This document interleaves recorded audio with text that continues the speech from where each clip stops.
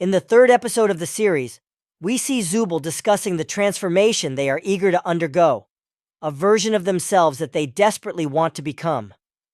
But what we observe on screen only tells a part of the story. Behind the scenes, we already know much more about this transformation, including what the new design of Zooble is supposed to look like and their hidden background, which provides essential context for understanding this change. The creator of the show has given significant hints about the upcoming transformation of Zooble, starting with giving us a sneak peek into some of their new parts that we have never seen before. These new parts are essential for Zooble's journey, as they intend to continue swapping out parts of themselves until they find ones that feel right. However, behind the scenes, we are privy to even more details about these changes, with one specific part standing out above the rest, signaling a significant shift in the character of Zooble after Episode 3. In the newly designed room, we can spot an entirely different Zooble head design lying on the floor. This headpiece is the only one that bears a resemblance to Zooble's typical triangular-shaped head, yet it is notably distinct in color, being a green triangle rather than the usual pink. Curiously, this green headpiece is the only part placed directly on the floor, as though it holds a special kind of importance. But how can we be certain that Zooble will end up adopting this green triangle head in the upcoming episodes? Well, Gooseworx, the creator of the show, has hinted that this new green-headed version of Zooble is likely to appear soon. These hints come through various clues, such as Zooble backstory, which connects the dots between Zooble's desire to change and their past life in the real world. According to Gooseworx, the characters in the show do have memories of their previous lives, and this explains Zooble's discomfort with their fragmented body parts. In their past life, Zooble didn't have disjointed parts, and it wasn't until they were forced into the circus that their body became divided in this way. The green triangle headpiece becomes even more significant when we consider Gooseworx's revelation that in the real world, Zooble may have wanted to dye their hair. However, since the digital version of Zooble doesn't have hair, it seems logical that Zooble would opt to change the color of their entire head instead. This reasoning aligns with the introduction of the new green headpiece. If we look back at Zooble's behavior throughout the series, it's clear that they've often sought moments of solitude, but one thing that remained constant was their pink headpiece. This recurring visual cue plays a significant role in understanding why, in Episode 3, Zooble finally confronts Kane and admits that they need to find new parts for themselves. This moment marks the beginning of Zooble's journey towards a new version of themselves. As we continue to explore the Zooble transformation, we also gain insight into their new arm design. In Episode 3, early on, Jack highlights the unique traits of each circus member, such as Kinger's glowing feature and Ragatha's hair that stands straight up. The special feature of Zooble is that their limbs can become unnaturally straight.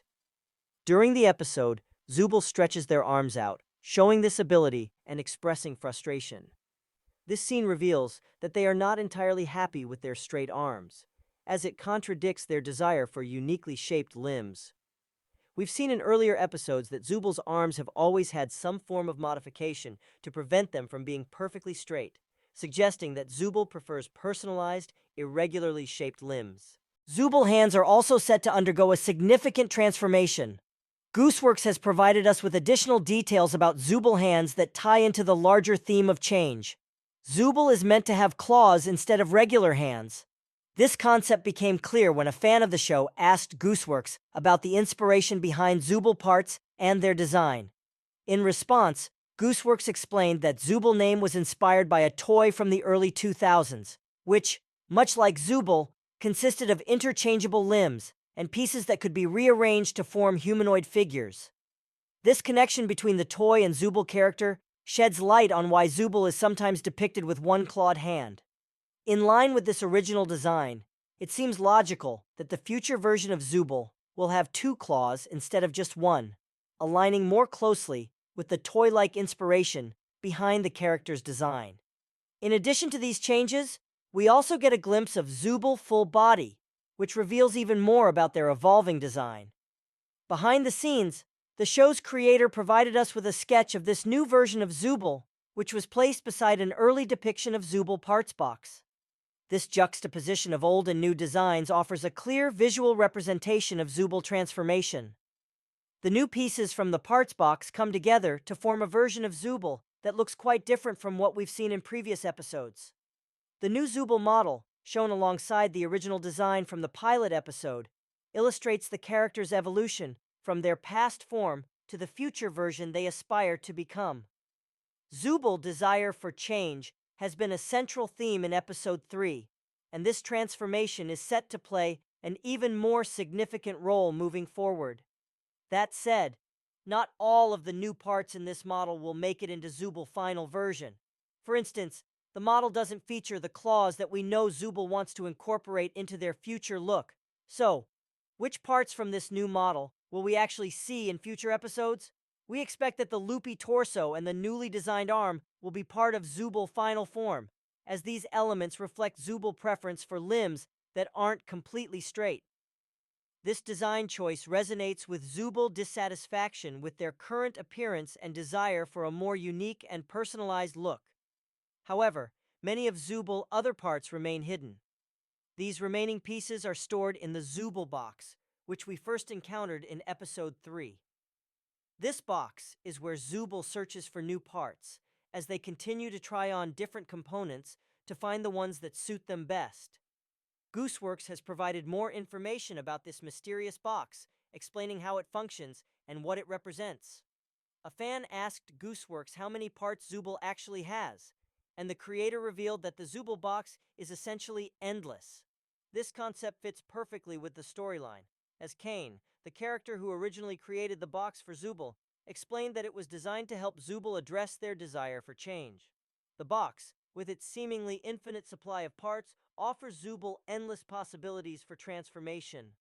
With all these parts at Zooble's disposal, the big question remains: which pieces will be used in Zooble's final form after Episode 3?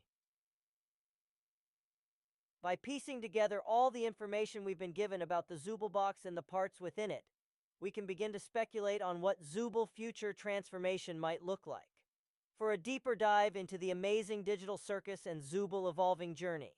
What are your theories on this? Share them in the comments. I'll be very interested to read. And even better comments will be in the next video. Subscribe to the channel and put a like. See you soon.